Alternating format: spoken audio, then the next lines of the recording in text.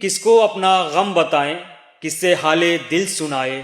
किसानों को इससे फायदा होगा। अंतर्राष्ट्रीय बाजार जो आपके लिए पहले शायद बहुत सीमित था, अब वो बहुत बड़े पैमाने पर आपके लिए खोल दिया गया है। टैरिफ भी कम लगेंगे, शून्य टैरिफ पे आप काम करेंगे। आप इसको कैसे देखते हैं? हमारे देश में जैसे सरकार चलाने वाले कि मैं अकेला मैं ही हूँ मोदी जी, और बाकी संवैधानिक संस्थाएं शून्य घोष की तरफ बढ़ती जा रही हैं।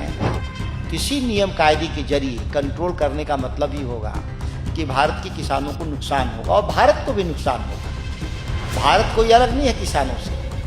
अमेरिका नहीं है जहाँ उसकी 4-5% आबादी केवल किसानी में लगी हुई है। यूरोप नहीं है भारत। उन्होंने फल, सब्जी या मसाले, अन्य अनाजों को संरक्षित किया गया उस डील के तहत। वो कह रहे हैं कि आत्मनिर्भर बनने की दिशा में ये बहुत बड़ा और सशक्त कदम है। आप दूसरी तरफ कहते हैं कि किसानों के लिए देत हुआ। पीयूष गोयल जी बॉम्बे में रहते हैं, खेत नहीं देखे हैं ना किसानी देखे हैं, और उनके बच्चों से पूछेंगे कि अनाज फल सब्जी कहाँ से आएगा तो कहेगा या तो रिलायंस स्टोर से आएगा या उनके अडानी का कोई स्टोर होगा उसके जरिए आया है। वो ये नहीं बता पाएगा कि खेत में पैदा होता है, रात को ठंड में भी मेहनत करना होता है तब अनाज पैदा होता है। और ऐसे लोग बकवास करने वाले लोग अब देशी सत्ता के शीर्ष पर हैं। आपके हिसाब से क्या मतलब जो संसदीय ढांचा है, जो पहले डिबेट डिस्कशन 0 आवर होते थे और एक अलग हेल्दी डिबेट होता था, वो खत्म हो गया एकदम। अब तो केवल सूचना देने के लिए हाउस का इस्तेमाल होगा। इसके अलावा कोई डिबेट नहीं, कोई गंभीर बहस नहीं। और आप जो लोगों ने चुना है 543 लोगों ने, आपको उसी से डर लग रहा है। आपको इस्तीफा देना चाहिए। कैसा देश का निर्माण है? पार्लियामेंट के कैंपस में आपको डर लगता है? अमेरिका क्या 91वां राज्य बन गया? वो तय करेंगे अमेरिका में बैठ के कि भारत में राष्ट्रपति कौन होगा, प्रधानमंत्री कौन होगा, व्यापार किससे करेंगे। हरदीप पुरी तो एस्टिन के दरबार में नाच रहे हैं ना। वो भारत के नागरिकों के द्वारा तो चुने गए नहीं हैं लोग, वो तो एस्टिन के कहने पे चुने गए हैं। वो कोई लोकसभा चुनाव जीते हुए लोग हरदीप पुरी जैसे लोग हैं। देश की जनता ने उनको चुना है कि एस्टिन ने तय किया कि भारत का कौन मंत्री होगा। ये उस कैटेगरी के लोग हैं, उनके दरबार में नाचने वाले लोग। सबको बोलने और पढ़ने के लिए टिकट दिया जाता है, लेकिन भाजपा में 8-10 लोग को गाली देने के लिए टिकट दिया जाता है। एक लाइन है कि किसको अपना गम बताएं, किससे हाले दिल सुनाए। सबने जख्म दिए हैं थोड़े बहुत, अपने जख्मों पर किससे मरहम लगवाएं। नमस्कार, आप देख रहे हैं जनपद न्यूज नेटवर्क और मैं हूं आपके साथ प्रफुल्ल। शेर का मतलब यह है कि किसानों को सबने ठगा है, सबने भरोसा दिलाया कि आने वाला कल बेहतर होगा। और हिंदुस्तान में आजकल एक और चीज की चर्चा है ट्रेड डील को लेकर, कि किसानों के लिए वो बेहतर है डील और अंतर्राष्ट्रीय बाजार में उनके फसलों का एक उचित दाम मिलेगा। उस पर भी बातचीत करेंगे। ईरान, अमेरिका और इजराइल के बीच जो जंग चल रहा है उस पर भी हम बातचीत करेंगे। और बिहार में अभी हाल फिलहाल में राज्यसभा का चुनाव हुआ है और बड़ा विचित्र चुनाव रहा, क्योंकि अनएक्सपेक्टेड रहा बिहार। तो खैर, इन सब चीजों पे बातचीत करने के लिए हमारे साथ हमारे खास मेहमान हैं। और कहते हैं ना कि चिराग को रोशनी दिखाने के मानिंद होगा अगर तारीफ करूं तो सुधाकर सिंह है, जो बेबाक बेधड़क बोलने वाले और बागी तेवर है, और बक्सर से लोकसभा सांसद है आरजेडी से। और सुधाकर जी, बहुत बहुत स्वागत है आपका। शुरुआत ट्रेड डील से करते हैं, क्योंकि किसानों के हित में बताया जा रहा है कि किसानों को इससे फायदा होगा। अंतर्राष्ट्रीय बाजार जो आपके लिए पहले शायद बहुत सीमित था, अब वो बहुत बड़े पैमाने पर आपके लिए खोल दिया गया है। टैरिफ भी कम लगेंगे, शून्य टैरिफ पे आप काम करेंगे। आप इसको कैसे देखते हैं इस डील को? जहां तक मेरी जानकारी है कि भारत सरकार ने कोई अधिकृत बयान अभी तक नहीं दिया है, और जिन लोगों ने भी, मीडिया के लोगों ने सरकार से सवाल किया है तो फेंका फेंकी टाइप बयान था। जब देश के कॉमर्स मिनिस्टर से पूछा गया तो उन्होंने कहा कि फॉरेन मिनिस्टर बताएंगे। वही वाशिंगटन में बैठे हैं समझौता के दौरान। जब उनसे पूछा गया तो कहे कि भारत में कॉमर्स मिनिस्टर हैं, वो बताएंगे। थोड़ा कृषि से एक सवाल जुड़ा हुआ था तो लोगों ने कृषि मंत्री से भी सवाल किया था, तो कहा कि वो कहने का पूरा देखें तो सरकार ने अधिकृत तौर पे कोई बयान नहीं दिया। पार्लियामेंट के भीतर एक पन्ने का स्टेटमेंट पढ़ा गया, बहुत हंगामा हुआ, कहा गया कि इस पर हम लोग डिस्कस कर लेते हैं।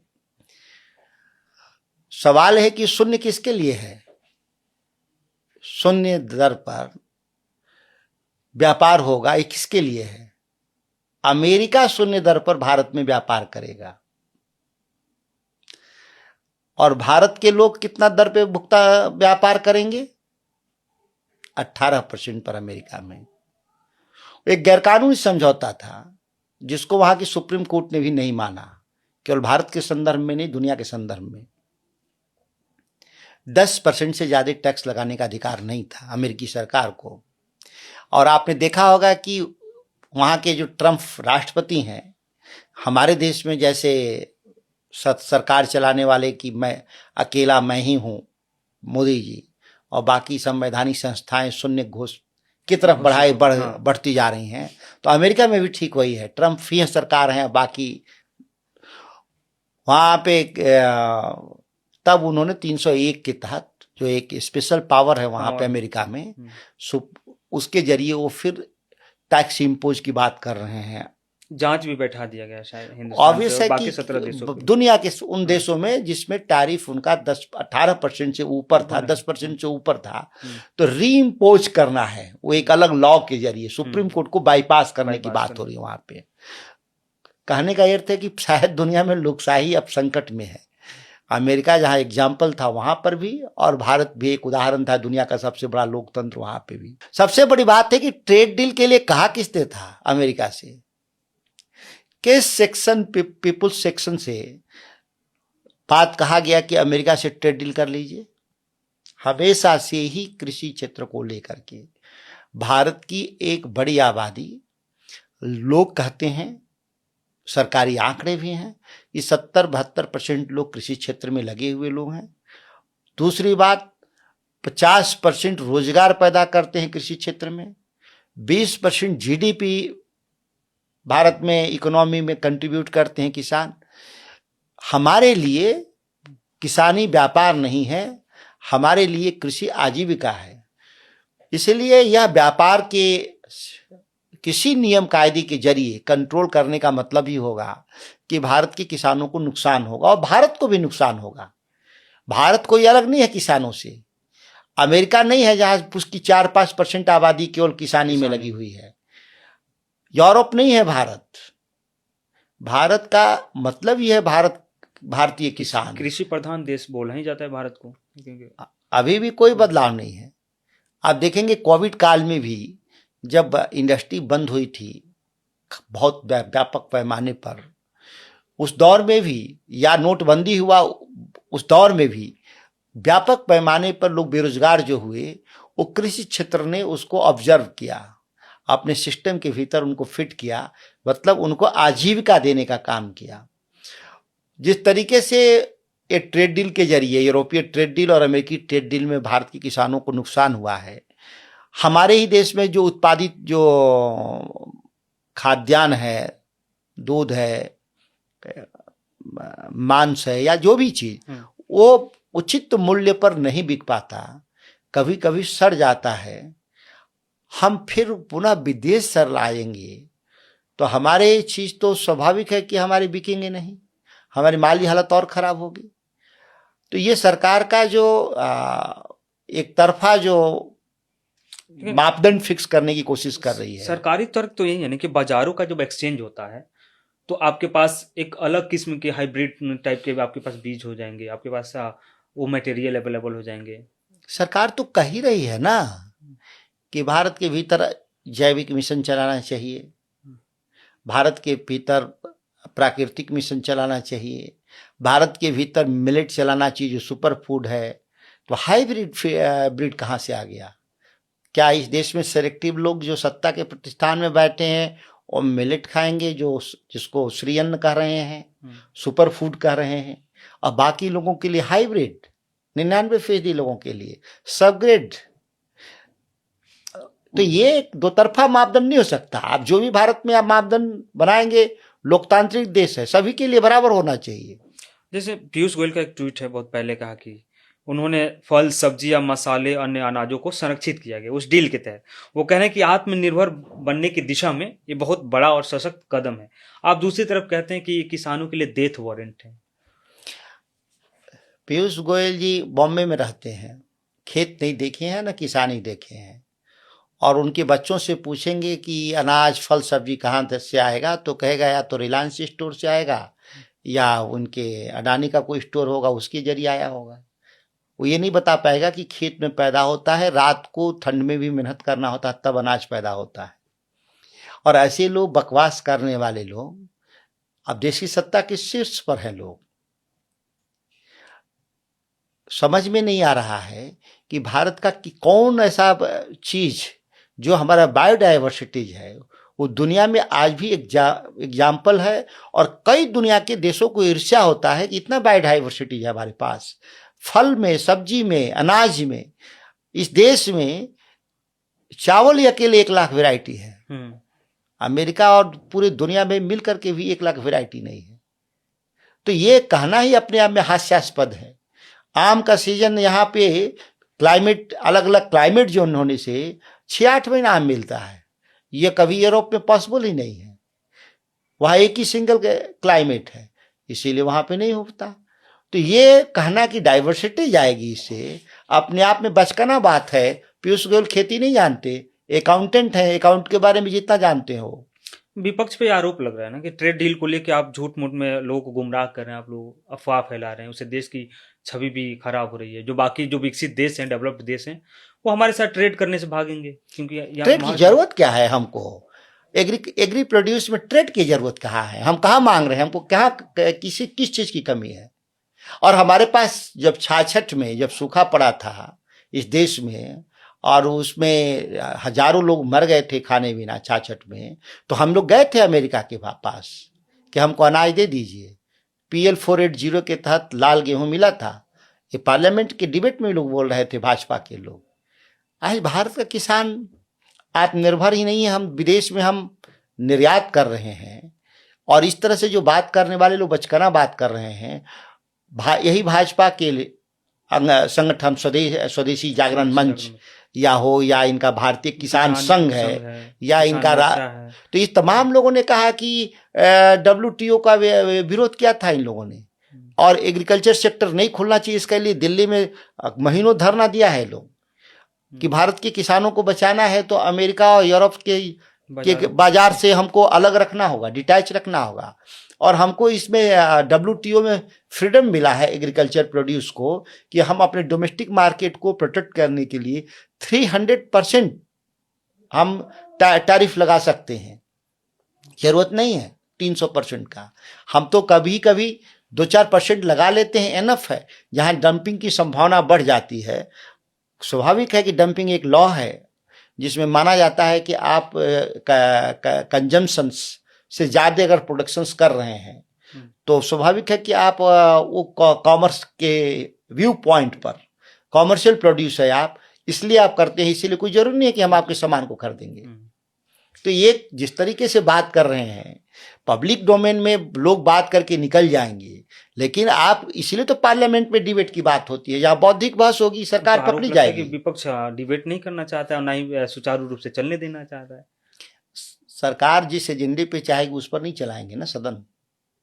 हम देश के सवाल पे सदन को चलाएंगे। आपके सरकारी कामकाज के लिए रबर स्टाम्प नहीं है पार्लियामेंट, जो चाहे बिल लेकर आ जाएं जब चाहें और आप पास करें और बाकी देश के महत्वपूर्ण मुद्दे पे चर्चा ना हो, ऐसा तो होगा नहीं।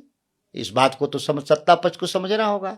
इस बार डिमांड फॉर ग्रांट्स में केवल 2 डिपार्टमेंट लिए जा रहे हैं।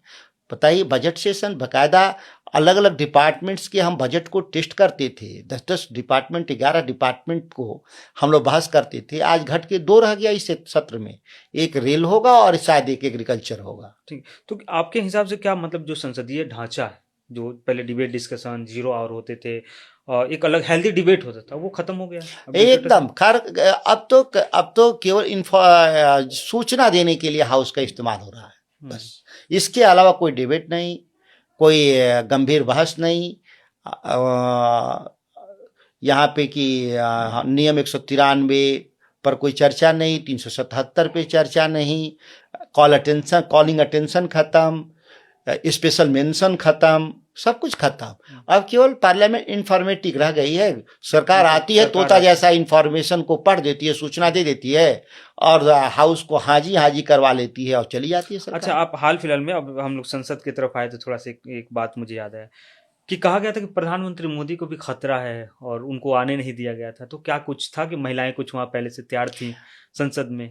महिलाओं से खतरा इस देश में, मातृशक्ति से खतरा हो गया देश में लोगों को, वो भी पार्लियामेंट के कैंपस में। इक्वल है हम लोग मेंबर ऑफ पार्लियामेंट के तौर पे। मोदी जी कोई सुपरमैन नहीं है। आप भी इलेक्टेड हैं 543 में से, वो महिलाएं भी 543 में से इलेक्टेड हैं और पुरुष भी हम लोग 543 में इलेक्टेड हैं। हम इक्वल हैं, आप भगवान नहीं हैं। आप आरोप लगा रहे हैं सांसदों पर। जिन सांसदों ने आपको चुना है, देश की जनता ने नहीं चुना है मोदी को। हमले की तैयारी थी। आश्चर्य है, देश की जनता उनको चुनी है प्रधानमंत्री को, कि पार्लियामेंट ने उनको चुना है प्रधानमंत्री। और आप जो लोगों ने चुना है 543 लोगों ने, आपको उसी से डर लग रहा है तो आपको इस्तीफा देना चाहिए। कैसा देश का निर्माण किए हैं कि पार्लियामेंट के कैंपस में आपको डर लगता है।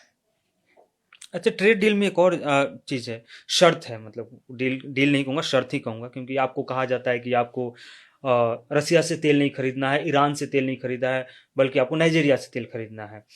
तो इसका भी बहुत विरोध हुआ, लेकिन इसको भी एक अलग मास्टर स्ट्रोक बताया गया कि जो अमेरिका जो एक्स्ट्रा टैरिफ लगाता है हम पे, वो शायद कम हो जाएगा अगर हम रसिया से तेल खरीदना बंद कर देते हैं। तो क्यों टैरिफ एक्स्ट्रा लगाएगा अमेरिका? क्या जरूरत है अमेरिका को एक्स्ट्रा टैरिफ लगाने के लिए? वो कोई वर्ल्ड पुलिस, वो दुनिया के कोई मालिक हैं क्या? हमारा अपनी संप्रभुता है, हमारी जिससे मर्जी हम व्यापार करेंगे।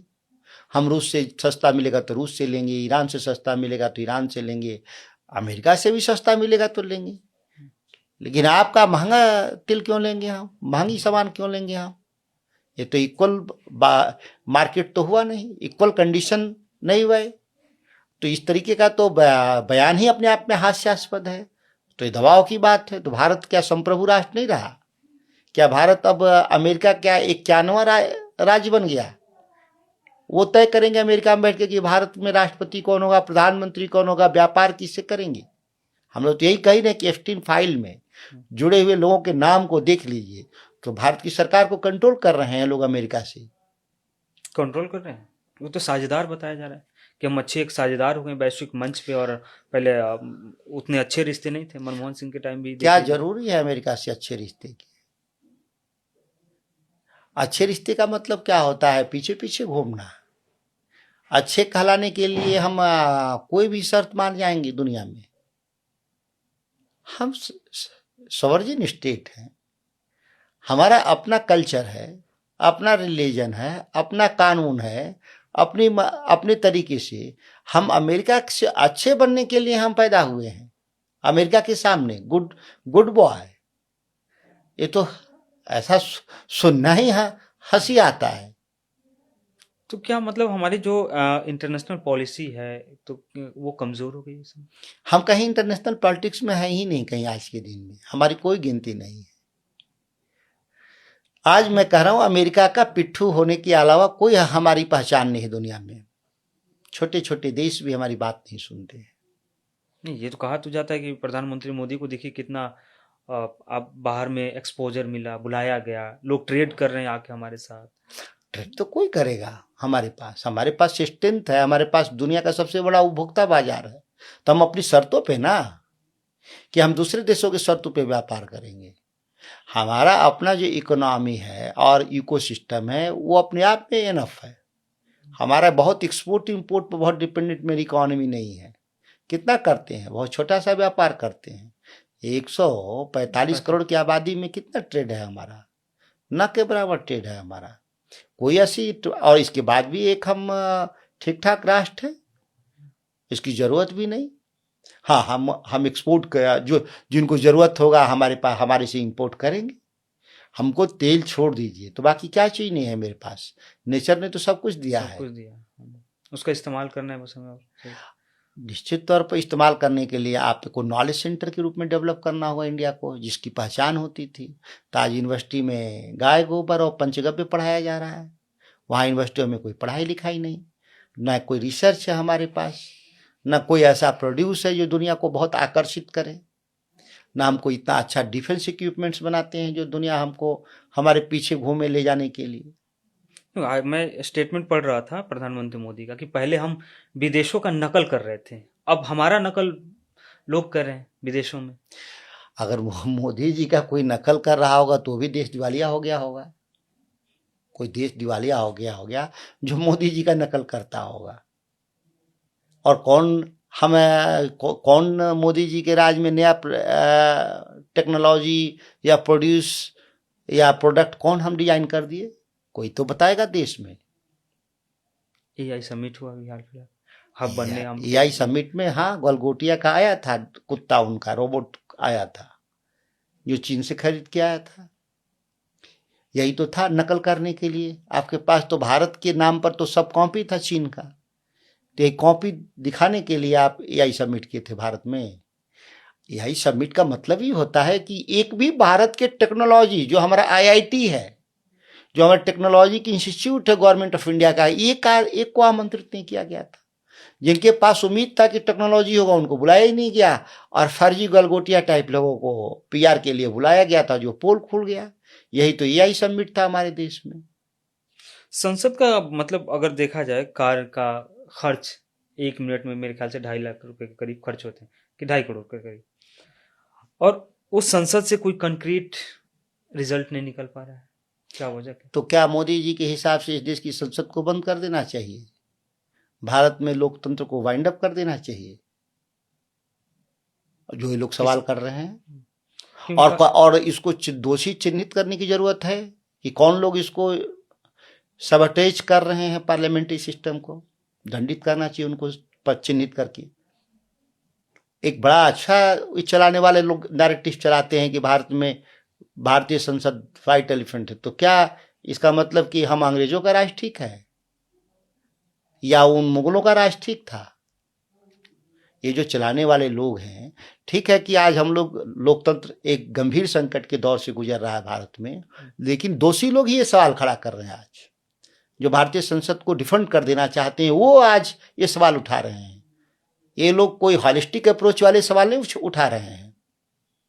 वो तो कहते हैं कि विपक्ष के पास अनवांटेड मैटर्स होते हैं, मुद्दे होते हैं। हम रोजगार पे बात करने को तैयार हैं, अर्थव्यवस्था पे बात करने को तैयार है, विपक्ष तैयार नहीं। तो पार्लियामेंट के आप उनके कार्य योजनाओं को देख लीजिए। अगर कार्य योजनाओं में ये सब मुद्दे हैं जिस पर हम लोग चर्चा नहीं करना चाहते हैं तो हम लोग दोषी हैं।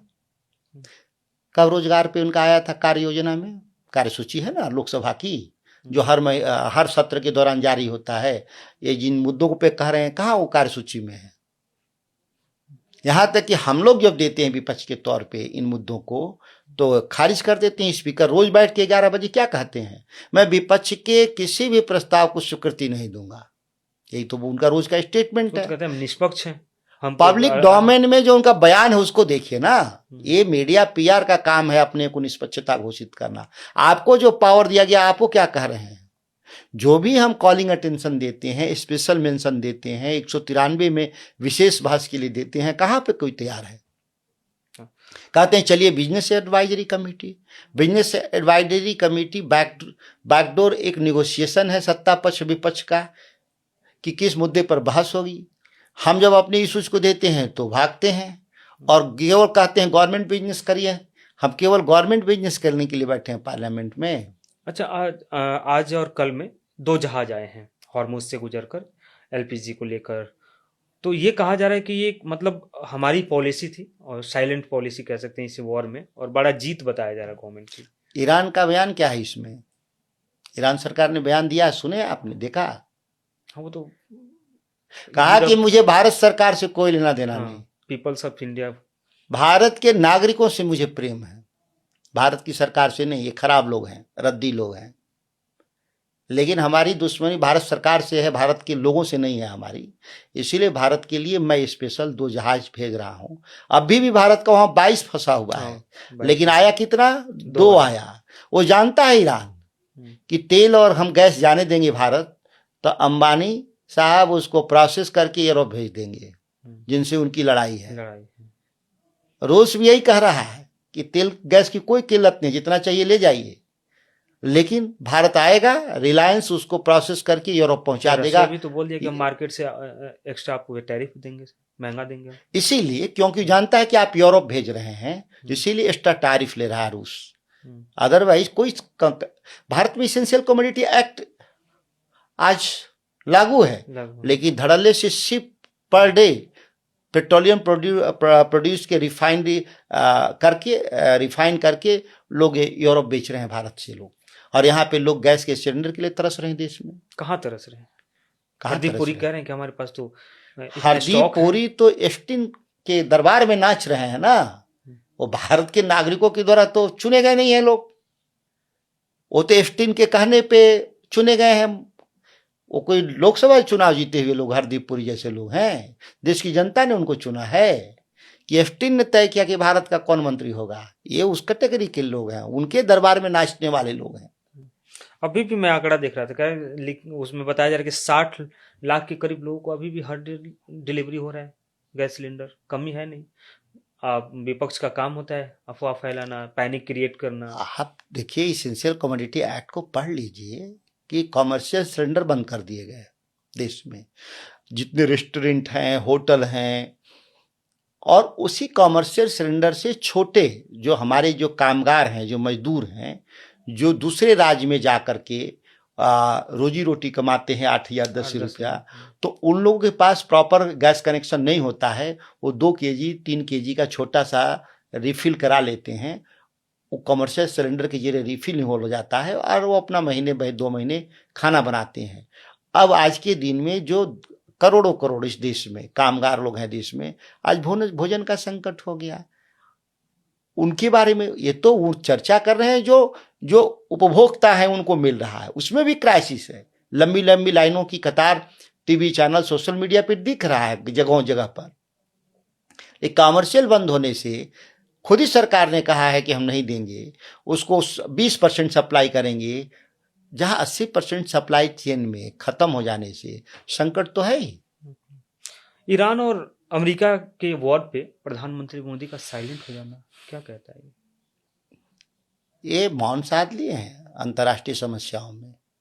अमेरिका और अमेरिका भारत ट्रेड डील में भी मौन साधे रहे प्रधानमंत्री जी।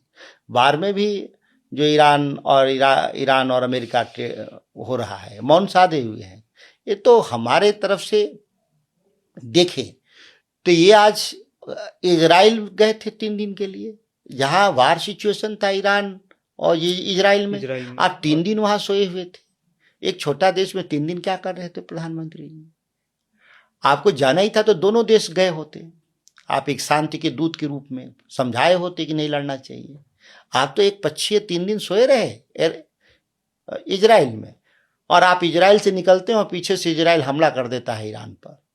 तो लोग तो कह रहे हैं, दुनिया के लोग, क्या प्रोवोक कर रहे थे इजराइल को, कह रहे थे कि लड़ो लड़ो, और नहीं, आपका हॉलिस्टिक अप्रोच था। तो वहां से आपका विमान आना चाहिए था ईरान, वहां के राष्ट्रपति से मिल करके समझा करके, और फिर भारत आना चाहिए था। लेकिन इजराइल जाते हैं, फादरलैंड बोल के आते हैं। मोदी जी के लिए होगा फादरलैंड, बाकी उनके कुछ लोगों के लिए भी होगा।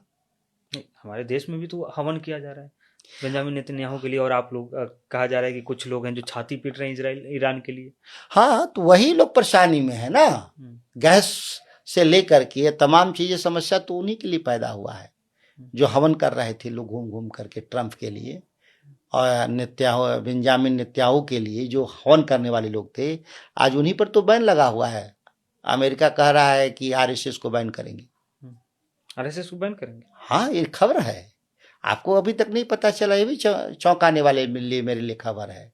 ठीक है, बहुत सारा मीडिया में खबरें सेंसर की जा रही हैं, ये तो पब्लिक डोमेन में है कि आरएसएस पर बैन लगा दिया अमेरिका ने। और बताइए, जिन लोगों ने हवन किया था जिनको बनाने के लिए, आज वो वही लोग इनको बैन कर दिया। अच्छा, इंडिया का ईरान और इजराइल और अमेरिका के बीच जो जंग में अपना स्टैंड क्लियर नहीं करना, और ये स्टैंड क्लियर ना हो पाना, आप इसको कैसे देखते हैं कि हम किस मुहाने पे खड़े हैं, कहाँ खड़े हैं? क्योंकि एक समय था कि भारत एक कमजोर देश साबित हुआ, इसकी विदेश नीति कमजोर साबित हो रही है। हमने कहा कि दुनिया के महाशक्तियों की लड़ाई तो छोड़िए, जो छोटे छोटे देश लड़ते हैं वो भी भारत की बात नहीं सुनते। हम कहीं है ही नहीं आज के दिन में।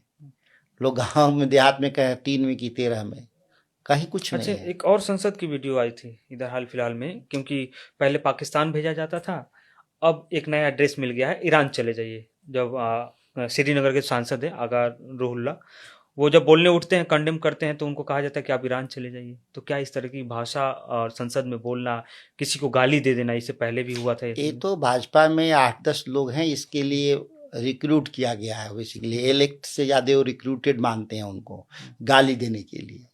सबको बोलने और पढ़ने के लिए टिकट दिया जाता है, लेकिन भाजपा में 8-10 लोग को गाली देने के लिए टिकट दिया जाता है, जिनका काम है दिन भर इस तरह की बयान देना, बोलना, विपक्ष की आलोचना करना, हमारे वो इतिहास पुरुषों को गाली देना, वर्तमान सांसदों को गाली देना, ये सब काम करते हैं। 8-10 लोग हैं उसमें।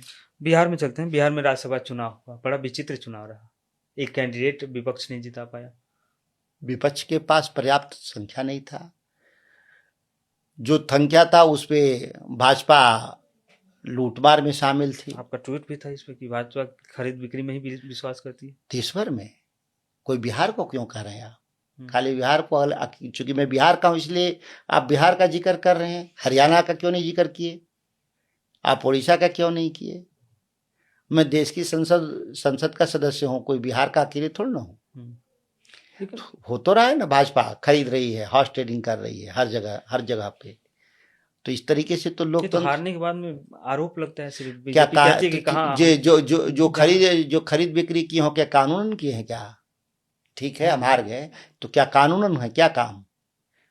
आपके दल बदल कानून है ना देश में। हाँ, आप 2/3 से ही ना आप निकाल सकते हैं कोई। तो आप मेमोरी रद्द करिए सबका। ये तो कानून भाजपा के राज में आया था। बीजेपी कहती है कि जीत गए तो ठीक है, हार गए तो खरीद मतलब उनके लिए कोई कानून नहीं, फ्रॉड हो गया, कोई कानून नहीं। भाजपा सत्ता पक्ष के लिए कोई कानून नहीं, बाकी सबके लिए नैतिकता और कानून है, और उनके लिए कोई नहीं है। बाकी उसके बाद महागठबंधन में सब कुछ ठीक चल रहा है। महागठबंधन में कहाँ कोई समस्या है? 3 सांसद नहीं आते हैं, विधायक नहीं आते हैं कांग्रेस के, 1 आरजेडी के नहीं आते हैं, और कह रहे हैं ठीक है सब। कोई विशेष परिस्थिति में आरजेडी का 25 में से 1 आदमी नहीं पहुंच पाया, लेकिन बाकी कांग्रेस के 3 लोग नहीं आए हैं। उनके बारे में जांच कर रही होगी पार्टी। उनका बयान आया है, क्या है कि एक बहुत मतलब माइनॉरिटी सेक्शन को दरकिनार किया जा रहा है हर तरह से। मतलब वो टिकट बंटवारे में भी हुआ, इस समय भी हुआ। अचानक से आप नाम प्रपोज करते हैं और कहते हैं कि आप इसको वोट कीजिए, कोई मशवरा नहीं। जो भी बातें हैं, अगर जिन लोगों का आरोप है उनके आरोप को जांच किया जाएगा, और इसमें जांच करने के बाद कार्रवाई करेंगे। ये वही फारबिसगंज के मनोज विश्वास जो है, इनका स्टेटमेंट। उनको लगता था कि कांग्रेस या राष्ट्रीय जनता दल में सब ठीक ठाक नहीं है, तो उनको चुनाव नहीं लड़ना चाहिए था पार्टी से।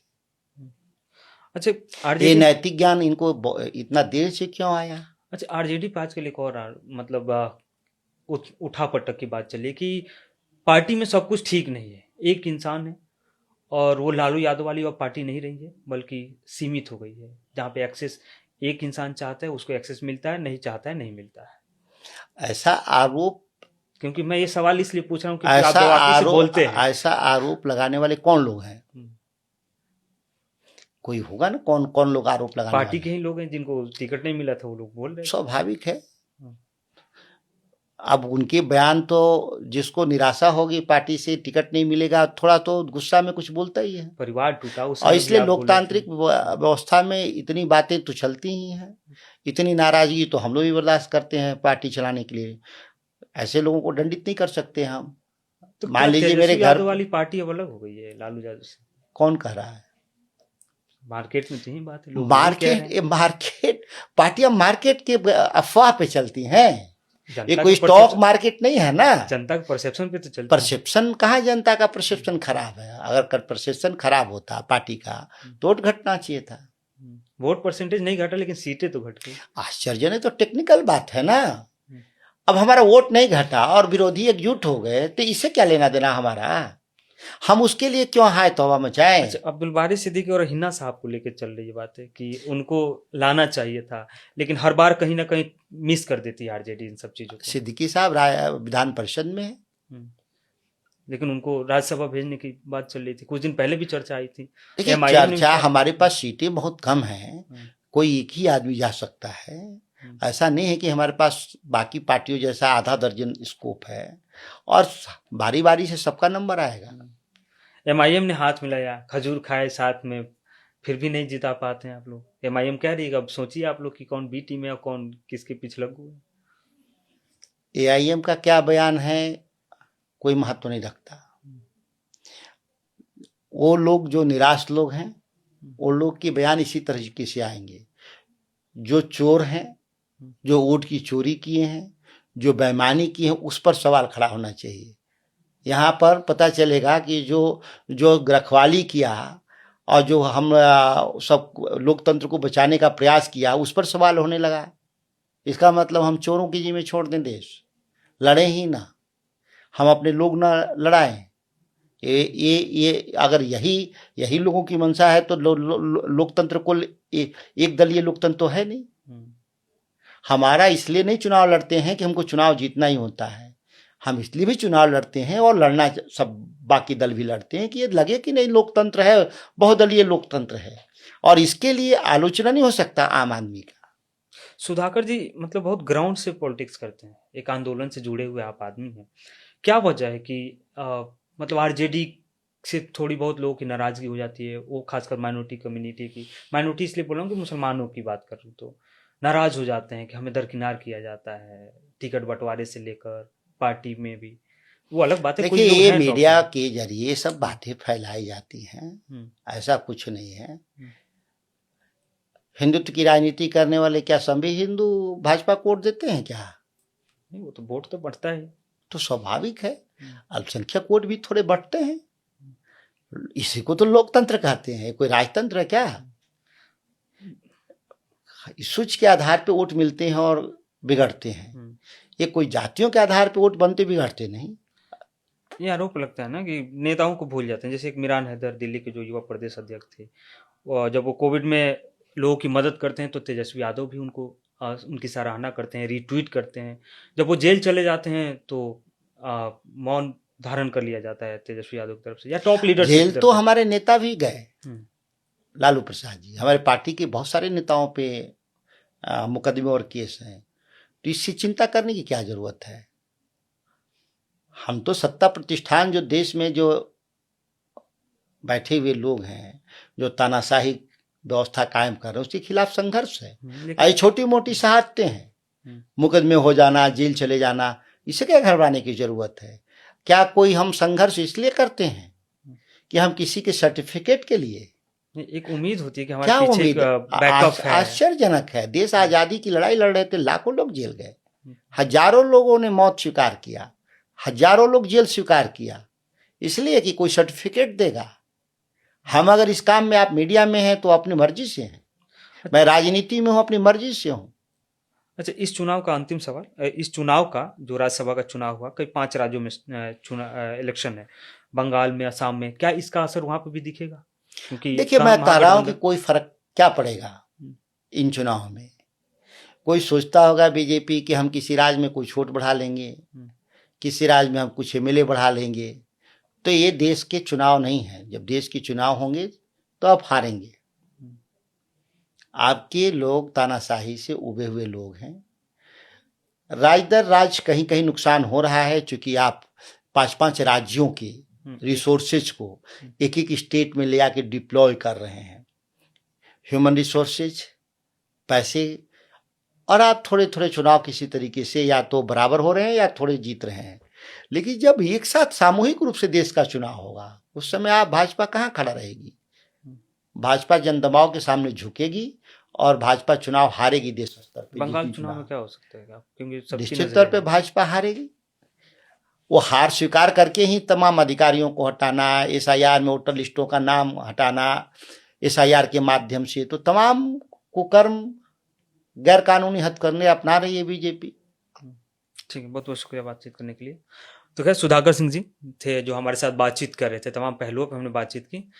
और ऐसा ही पॉडकास्ट और देश दुनिया से जुड़ी तमाम मुद्दों पे चर्चा सुनने के लिए हमारे साथ बने रहिए।